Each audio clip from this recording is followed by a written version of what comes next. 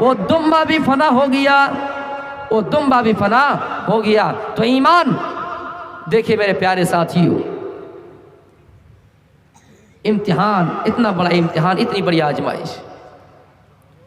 حضرت ابراہیم علیہ السلام کے ایک اور واقعے کی طرف ہم اور آپ توجہ دیں۔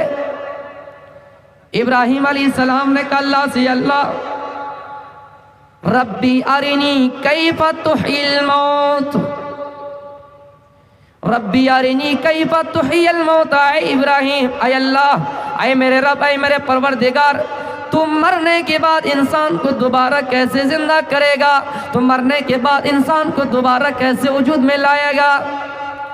جب انسان مر جائے گا ان کی ہڈیاں بوسیدہ ہو جائے گی، ان کی ہڈیاں کمزور ہو جائے گی، ان کا جسم مٹی میں سڑ کر مل جائے گا، ان کی باڈی ختم ہو جائے گی، ان کا بدن ختم ہو جائے گا، سڑ کر گل جائے گا۔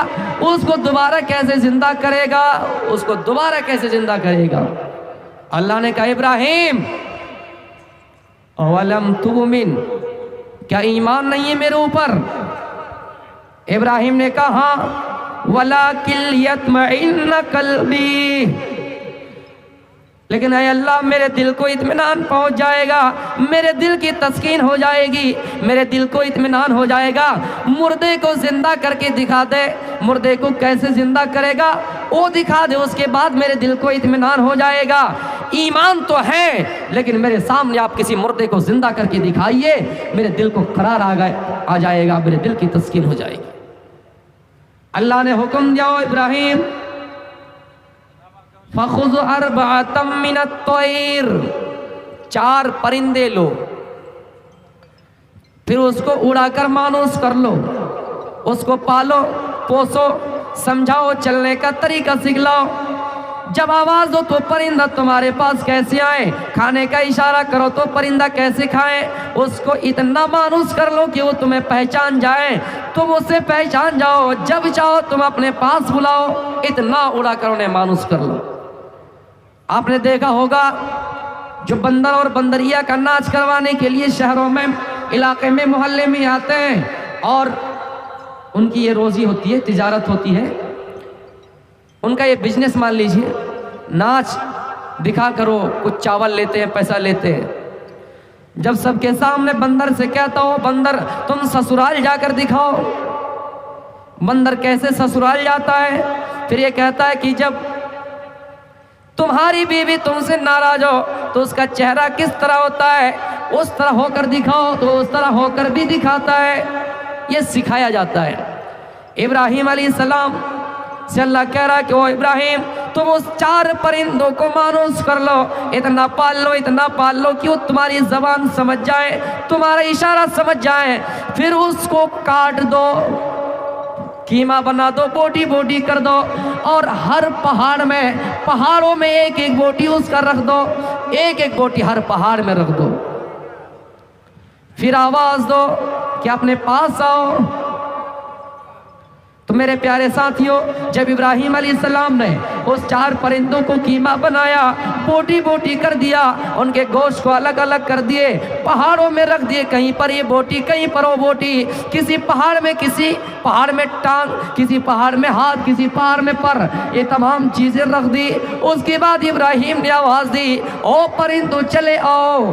اس پرندوں میں جو ان کا جسم تھا، ہڈیاں جڑنے لگی، ان ہڈیوں میں گوشت جڑنے لگا، اور اس طرح کر کے وہ پرندہ زندہ ہو گئے۔ تو میرے پیارے ساتھیوں، یہ اس لیے تھا کیونکہ دنیا کو دکھانا تھا، اپنی امت کو دکھانا تھا، اپنی قوم کو دکھانا تھا کہ لوگوں، موت پر شک کرنے والوں، قبرستان پر شک کرنے والوں، اور یہ سوچنے والوں کہ مرنے کے بعد کچھ نہیں ہوگا، جن کا یہ ایمان نہیں ہے، سنو، مرنے کے بعد بھی تمہارا دوبارہ زندہ ہونا چاہیے، تمہیں دوبارہ زندہ کیا جائے گا، تمہیں قبروں سے نکالی جائیں گے، یخرجون من الاجداث سراعا کانہم الی نصب یوفضون، قبروں سے تمہیں نکالنا یہ طے ہے، قبروں سے نکال کر میدان محشر کی طرف تمہیں جانا پڑے گا۔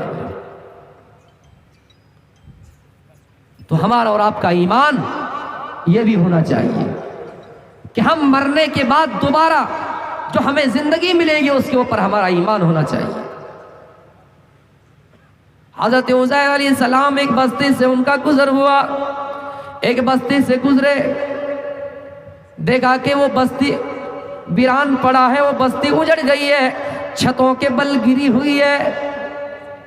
عزیر علیہ السلام نے دیکھا بستی گری پڑی ہے، اس کے اندر سامان گرا پڑا ہے، بہت کچھ چیزیں اس کے نیچے دب گئی ہے۔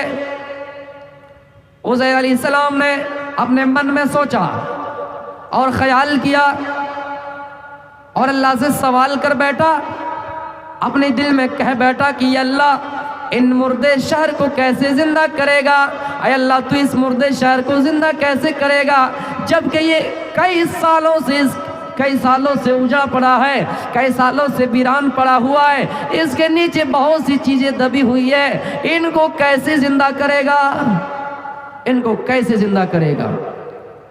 اللہ تعالیٰ نے اس عزیر علیہ السلام کو اسی جگہ پہ موت دے دی، اور کتنے دنوں کے لیے؟ فَأَمَاتَهُ اللَّهُ مِئَةَ عَامٍ، 100 سالوں کے لیے موت دے دی، 100 سال کے لیے عزیر علیہ السلام کو موت دے دی۔ ثُمَّ بَعَثَهُ، پھر اس کو دوبارہ زندہ کیا، 100 سال بعد دوبارہ زندہ کیا، 1 صدی بعد دوبارہ زندہ کیا، اور پوچھا کم لبثت، اے عزیر یہ بتاؤ مرنے کے بعد تمہیں کتنا دن ٹھہرنا پڑا، کتنا دن تم ٹھہرے، کتنا دن تم مرے رہے؟ عزیر علیہ السلام نے کہا لبثت یومن او بعض یوم، دن کا کچھ حصہ، ایک دن مرنے کے بعد میں مرا رہا، یا دن کا کچھ حصہ میں مرا رہا، ایک دن میں ٹھہرا، یا دن کا کچھ حصہ ٹھہرا۔ اس لیے کہ جب وہ جاگا، ان کو جب بیدار کیا گیا، وہ دیکھ رہا تھا کہ سورج غروب ہونے والا ہے، اس کو ایسا لگا کہ دن کا کچھ حصہ میں ٹھہرا۔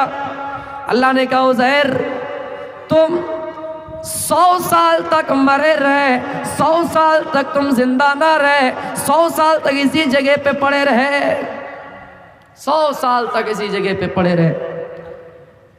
کہا عزیر فانظر الی طعامک و شرابک، اے عزیر تم اپنے کھانے کی طرف دیکھو، تم اپنے پینے کی طرف دیکھو، لم یتسنہ، کہ ان کا حال کیسا ہو گیا ہے۔